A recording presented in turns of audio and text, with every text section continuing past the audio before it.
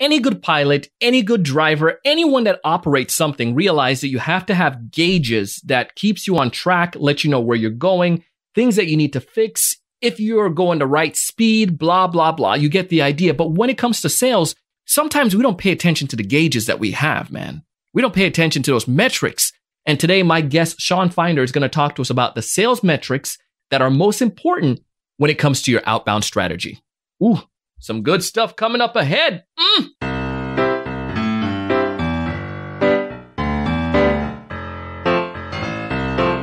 This episode is brought to you in part by Mailtag.io. It's a Chrome browser extension that notifies you when someone opens your email or clicks on a link. Go ahead and check out a 14-day trial with Mailtag. Simply go to Mailtag.io. This episode is also brought to you in part by TSE Certified Sales Training Program, a course designed to help sellers elevate their sales game, find more ideal customers, build stronger value, and close more deals. To check out our upcoming semester or to go ahead and take a free trial, go to thesalesevangelist.com/free course. Again, thesalesevangelist.com/free course.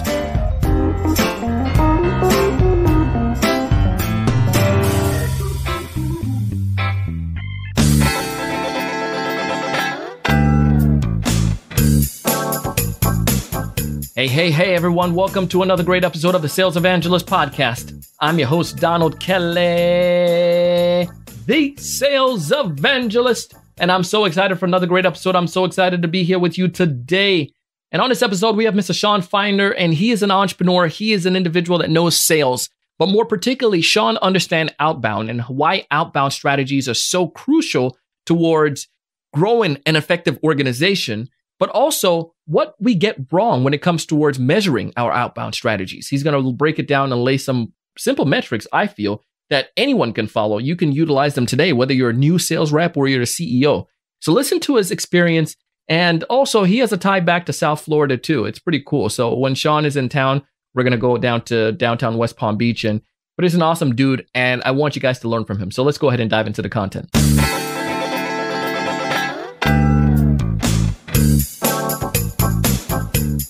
Welcome to the show, Sean. How you doing, Donald? Man, I can't complain. It's another beautiful day in paradise here. I'm excited to chat with you today because outbound is something we're focusing on this whole month. Specifically today, we're going to talk about what are those key metrics that we should be tracking, because if you're not tracking it, you ain't being successful. So before we dive into all that fun stuff, man, why don't you tell us a little bit more about you and what you do, man? Perfect. So I became an entrepreneur about 5 years ago after playing competitive professional tennis, actually, all over the US and Canada. So about 5 years ago, finished my MBA and decided to build a data company. So we initially started with Exchange Leads, which is a data company that provides B2B data contacts, competes with the Discover Orgs, the Zoom Infos of the world. And then we parlayed that business into auto close because our clients wanted the ability to not only have quality data, but somewhere to actually email the data from. So we launched auto close about 18 months ago, and we have the database now inside auto close, and we've been growing that over the last year and a half, and bringing me here today to talk to you guys about some of the outbound strategies I see from some of our clients that are very successful. Love it, man. Well, let's dive into that. Let's start talking about it. Outbound. How do you define outbound first off? So there's different things with outbound. With everything with marketing and sales, there's always, you have your inbound, your outbound, your social, etc. But outbound, what I do, I kind of put them into three different categories. I put them into, your cold calling, your outbound cold calling, your outbound emailing. And my third thing I actually put it is kind of like your database, because your database is kind of the engine that keeps that car moving. So I kind of put into three different categories. And I usually tell people you want to have a combination of three or at least two of those three inside your strategy plan for your outbound. All right, sweet. So we are on the same page with this. Now, the metrics. What are those metrics? And we could you could tell us what those metrics are, and then let's take some time and break down each of them and maybe give some examples. Fair enough? Okay, perfect. So yeah, as I said, there's three different, categories of the outbound that you want.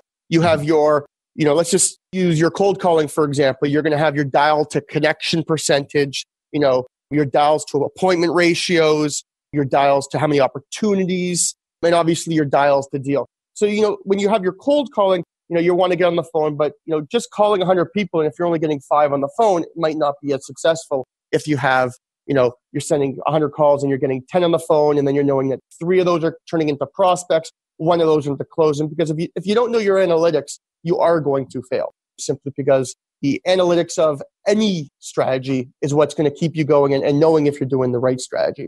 Go a bit further. Why is that so important as a sales rep? Because I imagine a sales leader might want to know some of these things, but a sales rep, she's new to sales and she's listening to this episode and she's like, that's cool and all. Is it just tracking a number? How is that going to help me to be able to better do my job?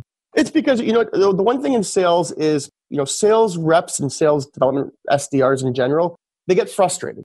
If they send 4 emails, 5 emails, 2 emails, and the person doesn't reply, they get frustrated. If they make, 15 calls and the person doesn't answer, unless they know the metrics before, they're going to get frustrated if they're not seeing results. So if you know that on every 50 calls, you're supposed to get 3 opportunities, you could benchmark your success to those numbers. So on a daily basis, if you make, say, 30, 50 calls and you have 0 people that are replying, or you have 8, even though 8 out of 50 is only 16%, you're doing really well. So I think knowing the analytics as an SDR before you even get into that role, or even before you even start hitting those phones, is going to obviously help you with the way your thinking is when you're on the call. When you train your new sellers, when they get on board and you're trying to help them to maximize their success, do you find them have any hesitations tracking some of these things? I find not even SDRs, I find even account managers, I find a lot of people don't look enough at the stats. People don't know what is good versus what is bad versus what is great versus what is terrible. So what we do when we have an SDR come in, we have a whiteboard in our boardroom where I'm sitting actually right now today. And we actually put what their weekly, monthly, quarterly goals should be. And every month we actually go through and say, for example, we say, okay, you're supposed to do 50 calls a day. This how many calls a month. You're supposed to get this many opportunities. And then we actually say, how many did you get? So we do forecast versus the actual. Just like you would do in a finance role. Yeah. So we actually put it all on a board and make sure they know. So, just like if they weren't an SDR, if they were, say, a regional sales manager, they can know, are they on par to hit quota, outperform quota, or are they underperforming? Yeah. So you do this, people probably could do this digitally, but you choose to have it on a whiteboard right in front of you. Why is that? So we do it both. I like to have it on the whiteboard because if you do it digitally and we have a Google spreadsheet or, Trello or something that we're using in-house, people aren't visiting that. They come at the end of the month and they just put the reports in. But when you walk into the office and every time you go to the boardroom, you could look at your name and be like, oh, you know what? I'm 5 off from what I need this month. I got to hit the phones. You know what? I'm going to have to work on Friday from 7 a.m. to 9 p.m. because I hit the number. Or Friday, so people, it's more visual when you can see it right in front of you than if you just had to go and go, oh, it's on a Google spreadsheet. But, we know Donald and I you're always busy. You're always forgetting about, I have a Google spreadsheet that somebody sent about a recent blog that we did. I haven't even read the blog because there's so much other thing going on. When it's right in front of you, you'll pay more attention to it. Love it. Now, let's talk about for the first stat there, what is in your business, because every business is different, but what's that stat that's ideal for you to see? I guess the number, the first ratio. It's a great question. So, we are a sales automation platform that inside our platform is all basically email driven right now. So we obviously use AutoClose for a lot of our lead gen. It gets us we have to be using our own platform for our clients to be using our platform. So we do that mostly. However, we recently put into the sequences more of the dial approach. So for me, dials to appointment is what is important to me. And the reason why is if I'm paying a dialer so-and-so, and I know how much an appointment can be worth, and I know how much, how many of those appointments I need to close a deal, I could then go back and say, okay, if it's going to cost me $4,000 a month for a dialer, that's going to get me 10 appointments, that's going to have closed 2 people, and I know on that $4,000, I'm going to potentially have an ROI of, say, $9,000. So for every $4,000 I spend on my dialing, I'm spending $4,000 as an expense, but I have a $5,000 profit. So for me, the dial to appointment is the biggest ratio for me to look on a monthly basis to make sure, because at the end of the day, every business owner wants an ROI. We don't mind trying new things, but if it's not making us money, we're going to probably make a pivot and try something new. And that's where you can, I think about it I asked a question from the podcaster side. Now going back to myself as a sales rep, that's important for me to know, right? I think about it when I was a seller for a company. If I can tweak that average, I know I'm bringing my company better. If I can start getting 3 for every, instead of the 2, if I can get 3 for you as my boss, bro, that's going to be great for me because I'm sure there are bonuses or kickbacks eventually once you start doing well. And plus the opportunity, I have more chance of getting more commission or something off of that if it's, if I'm a sales rep and tracking those data. And if not, if you're not tracking that, again, as an individual seller, you're just going to be a mediocre. You're just living in the darkness. And I just can't see how you can plan to be successful without doing that. You know what I mean, man? Yeah, 100%. Actually, I want to tell you a quick story about something. Please. As a sales rep. So my wife, who, actually, she is my wife, but I just don't want to say the exact story so people in her company here. But she was going to me the other day, and she was, she's crushing her numbers this quarter, just crushing it. And like her, her boss is saying to her, you're really making a lot of money, and you're doing really well because you're killing your quota. You're about 150 to your number. And I'm thinking to myself, as a business owner, to me, I wouldn't care if I would be more happy for my sales rep to make $500,000 a year if I'm making $1 million. Of course. So when he was saying that, I was thinking to myself, like, I don't know if I would take that same approach, because me telling a sales rep, you're making too much money and et cetera, you're making more than me and I'm your boss. Like, but I'm thinking to myself, you want your sales rep to make money. I would love all of my sales rep to make $1 million a year in salary, in commission. Of course, because if they're making $1 million, I'm making 2, 3, whatever it would be. So I think you have to have that mindset. And what people don't understand, especially when we're talking about dialing here, is if you go from 3 opportunities to 5 opportunities, you're talking about the numbers are 3 to 5, but that percentage difference is huge. Oh, dude, by far. Going back to this whole thing, I've had bosses and companies that sometimes they get jealous of the sellers, and you can't do that. Not at all, man. If my sales rep is doing that as a boss, well, let's back up. The reason why I saw some of this, some companies, the boss or the actual manager, they are competing. And I mean, everyone have different philosophies on that, where managers were competing with sellers. They were selling manager. And I feel they're different strategy because there's so many complications that can come with that. But usually those managers are still getting kickback or bonuses at the end of the year. So it's like, no, it's in your favor for me to do well because it's going to be good for you come December 31st. Yeah, but see, what's interesting there is Donald, is that yes and no, because the company's really succeeding, but most national sales managers, say you have 10 people that are regional sales managers. If one person's at 150%, but you have 9 people at 80%, your actual national sales manager, their quota and their commission might be based on how his whole regional team's doing. So you might have one person that's killing it, making a lot of money, 9 people that are doing terrible. At the end of the day, you're not doing well because only one person's making all the money for the company. So I can see both ways, but at the end of the day, I mean, I agree, you should want your sales rep to be succeeding. You should want your salespeople to continue selling. I mean, that's what you hired them for, so you can't get mad at them for overselling. No, man, let them do good. Exactly. Well, cool, man. Let's jump on to the second stat. I mean, this is awesome. And thanks for sharing the story, by the way. No problem. Hopefully your boss isn't listening to the podcast. Okay, so the second one I want to talk about more is email statistics. So, open rates, your click rates, your reply rates, and your delivery rates. Now, the cool thing about AutoClose basically is a sales automation platform that allows you to email while you're sleeping or email while you're traveling. Like I was telling Donald before we actually came on that I traveled to Florida a lot and we're actually going to meet up. But while I'm on the plane, while I'm taking an Uber to the airport, AutoClose allows you to send those emails to those prospects automatically while you're doing all those stuff. So why are these email stats important? So open rates are important. And funny enough, the email and the call is going to go all back to the data as well. Your open rates are very important. Now, what's important in your open rate is how you're going to get somebody to open. Subject line. People spend a lot of time on their body paragraph. I would probably spend more time on the subject line and on your first 3 seconds of your email than anything else. And the number one reason why is 72% of people are opening emails on mobile phones these days. Yep. On a mobile phone, nobody can see what you're emailing them. They only see your subject line and that first line. So in that first line, actually I was talking with John Barrows about this the other day. On that first line, don't talk about you. Talk about how you can help that person with a challenge in that first 3 seconds of that email, and try and make your subject line 3 to 5 words, because that is all your prospect's going to see. And if you want to get a high open rate, have a good subject line.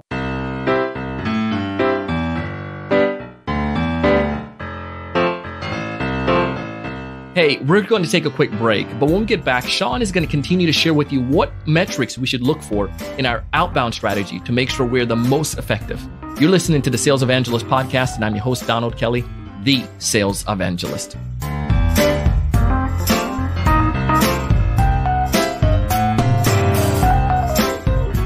You meet this amazing prospect on LinkedIn. They're the right size firm, the right income, the right number of employees. They're right within your Goldilocks zone. They have a problem, and you can solve that problem with your software. You schedule an initial appointment. You send out an email to them and to a couple of their team members. You also send out some information about your firm, but you don't know if they're opening your emails or not. You don't know if they're clicking through and going to the web pages that you recommended.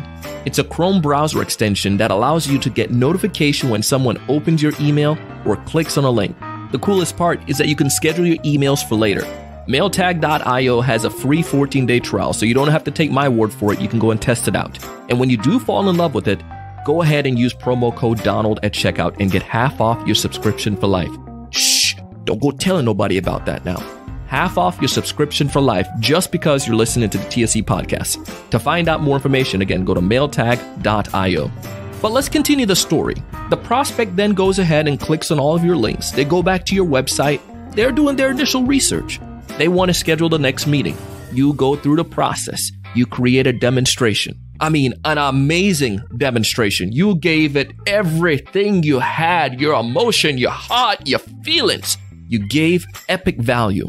But still yet, when it's all said and done, they said, Thank you so much, Donald. Unfortunately, we are going with another vendor. We appreciate all that you did. Thank you. Devastated. I know that feeling. I've been there. You've been there. And it's horrible. But we can fix that. We fix that by helping you with TSE Certified Sales Training Program. We would love for you to check out our upcoming semester to learn how we can help you not only find the right customers, not only say the right things and help your clients get all the way to the demonstration, but actually what you should be doing to help them convert to come towards your product or your service. To find out more information, go to thesalesevangelist.com/CST. Again, thesalesevangelist.com/C for certified, S for sales, T for training. We have a new semester coming up in April, and I would love to have you join us. Let's help you to close more deals.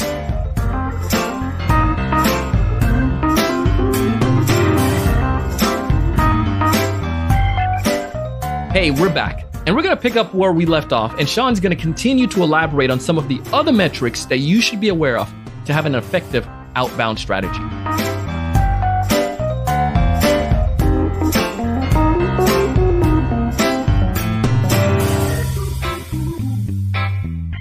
Do you have any of those subject lines you've seen over the years that were like, boom, this stuff worked like magic? Yeah. So I personally like to keep everything personalized. You would actually fall. I'll tell you a few, and then I'll tell you a little one that I'm working on right now. So a few that I would use, and people think it's plain, but hi first name. Hi first name is going to get you better than saying, oh, I'll offer you a free discount or 30% off our next month. Hi first name, or first name plus Sean, because that's my name, or company plus company. But I will tell you one that I've been using over the last 10 days, and I've been doing a campaign to. So I'm actually attending the Collision Conference in Toronto in 2 weeks. And when I go to conferences, I actually like to spend 2 days walking the event and 1 day with meetings. So I actually build my Calendly that said, okay, I'm booking 14 meetings on the 22nd of May, for example. That's the actual day I'm doing it. And I sent an email out to people that will be attending the conference. So I got the data. I had my data team build it. And my subject line was, Donald, let's have a coffee at Collision Conference, ? Simple. Okay. Very simple. All I'm asking for a coffee. And if you're not going to a conference, saying virtual coffee has worked. So because people enjoy their coffees in the morning. So, and when you write, it's more like you're having I want to have a 15-minute casual virtual coffee with you next week. And that works really well because you're not really selling. You're kind of talking like you want to get to know the person and have a coffee. Like if you're going to go sometimes on a first date, or maybe not a first date, but you go in for a coffee with a girl or somebody, you go for a coffee. So it's more casual. That's really worked. But, high first name's always been a go-to, or, quick follow-up, very short to the point. So they want to open it and try and learn more. Love it. So, and then the other part with the first part of the subject line, you said the subject line and the first 3 seconds. Now the email, body of that email, the first 3 seconds. Yeah. Because we have a attention span of a gnat. What do you want to say in that? I know it's not going to be the same exact message, but what does the buyer want to hear in those first 3 lines to continue to read? Yeah, I'm going to tell you what we use internally, a few of them. So one of the lines we use is kind of, if I told you I can save your sales team 5 hours a day in prospecting. Okay, So anybody that's reading that and is a salesman, and I'm going to reach out to VP of sales or sales managers or directors. Any director or VP sales is going to read and say, Sean Finder, if I can save your sales team 5 hours in prospecting. Listen, if you could save my sales team 5 hours in prospecting, I want to talk to this guy. Yeah. And so something very short. So what you can do for them. What you can do for them. Yeah. Like I find a lot of people write, hi, my name is Sean Finder and I am the CEO of AutoClose. Well, I don't care. Nobody cares.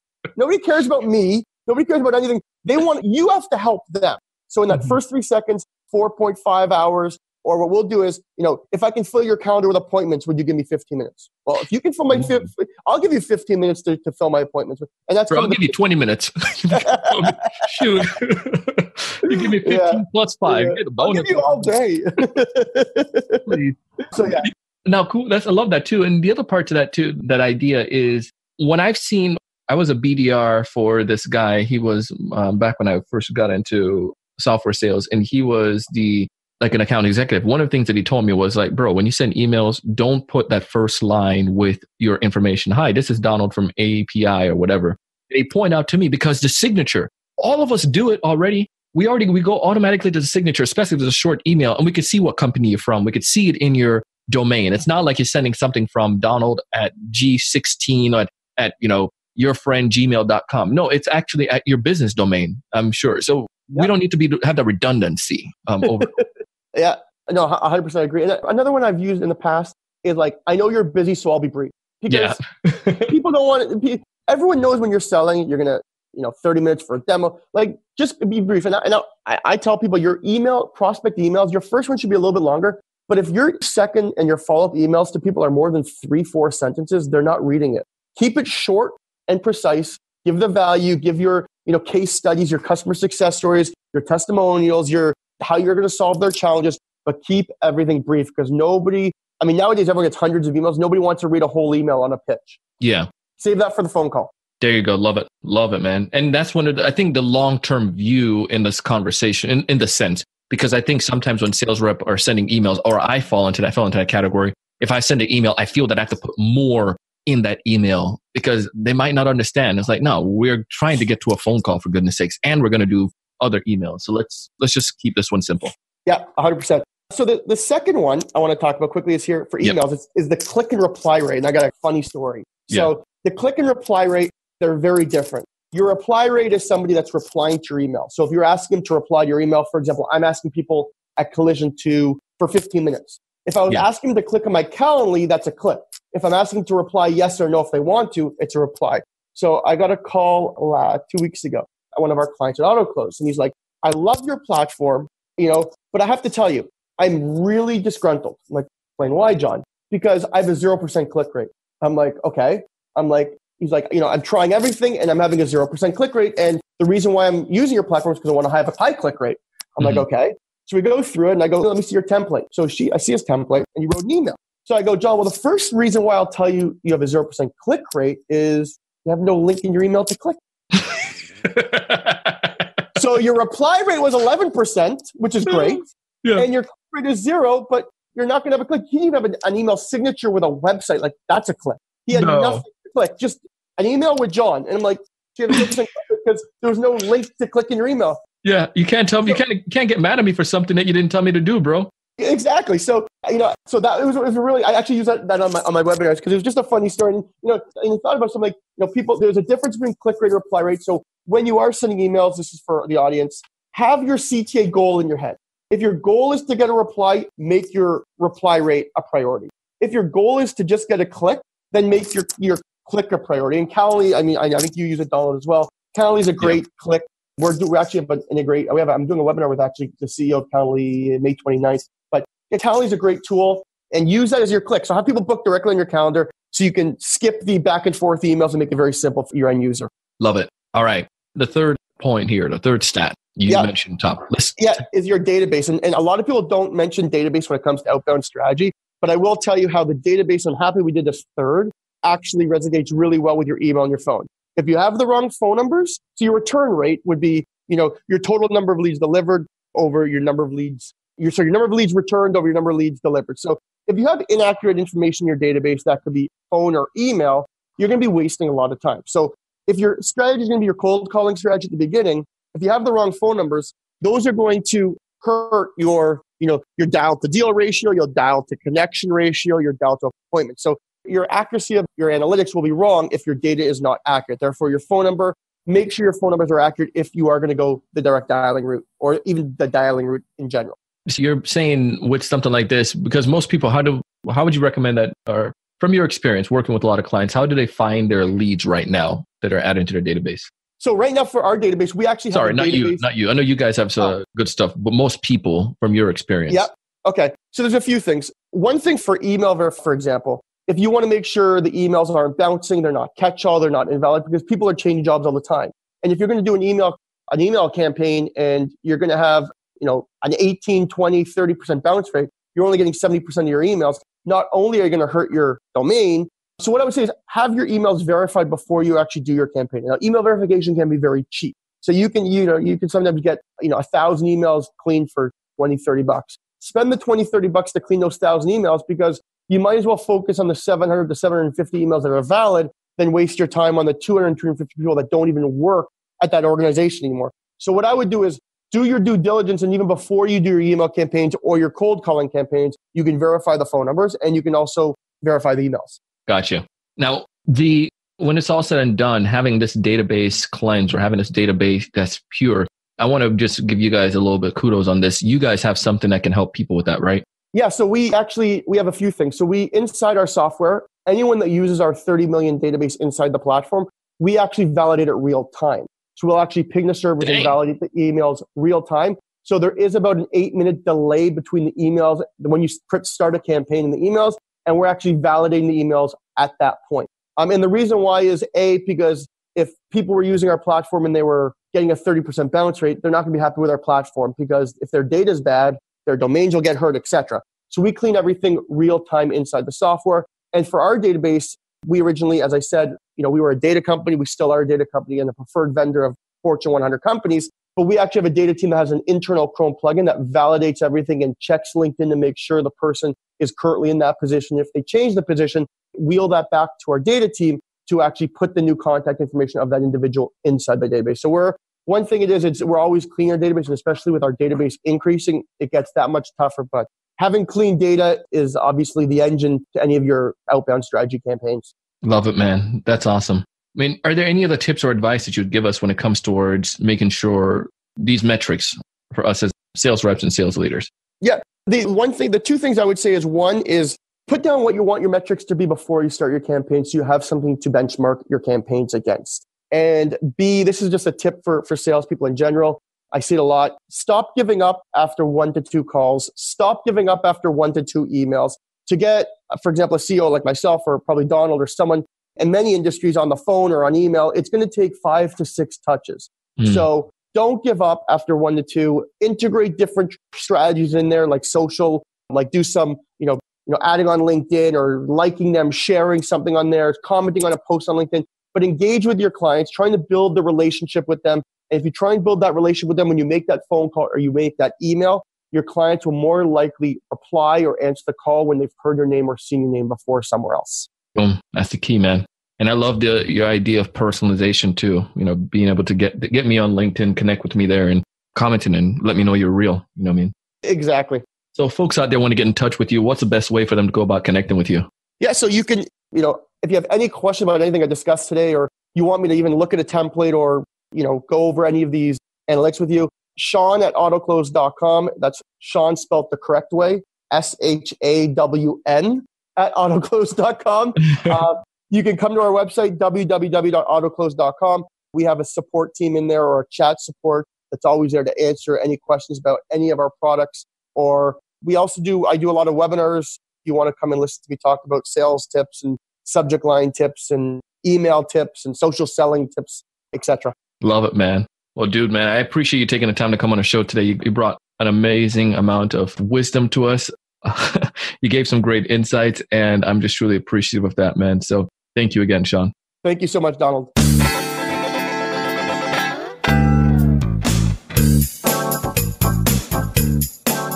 Boom! I told you Sean knows what he's talking about, and I want you to go back and connect with him. Find the links in the show notes. If you're listening on Apple Podcasts, just swipe up and you'll see some information right there in the show notes. Or you can simply go back to the show notes to salesevangelist.com/the-word episode number 1111. Again, to salesevangelist.com/the-word episode number 1111 and connect with Sean. Let him know you heard him on the Sales Evangelist podcast. He's also on LinkedIn. He is just a great individual to connect with, super personable. Again, find all the links back in the show notes or go ahead and connect with him on LinkedIn. When you're in the show notes, make sure to check out mailtag.io. Take advantage of their 14-day trial, and when you fall in love with the program, use promo code Donald at checkout to get 50% off your subscription for life. Again, find all the information in the show notes. Also, check out TSE Certified Sales Training Program. It's our course, and I would love for you to get the first 2 modules absolutely free. You can also find the course at thesalesevangelist.com/free course. I share stuff like this with you because I want to help you. I bring folks on like Sean because I know they can bring value. I know they can guide you. I know they can give you the proper training and help you need to perform at a peak level. I personally want you to find more ideal customers. I want you to build stronger value. I want you to be able to close more deals. But most importantly, I want you to challenge yourself each and every single day to go out and do big things.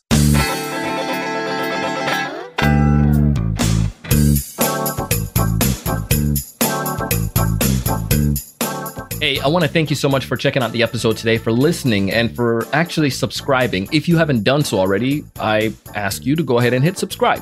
And if you do like the podcast, why don't you go ahead and leave us a 5-star rating and review on Apple Podcasts, or rate us on whatever platform you listen to the podcast on. Also, why don't you share it with your friends and family, your colleagues, people who could benefit from listening to a sales podcast? I'm sure you know a couple people. Show them how they can subscribe. It would be greatly appreciated. Thank you so much. Our show today was produced by myself and the Sales Podcast Network. It was edited by our good friend, Mr. Jershon O'Bale. Our content writer and show note creators, Mrs. Shannon Rasmussen. You can find audio credits to this and all of our episodes in the show notes. And as always, I am your host, your coach, your mentor, your guide down the sales journey, Mr. Donald C. Kelly, the Sales Evangelist.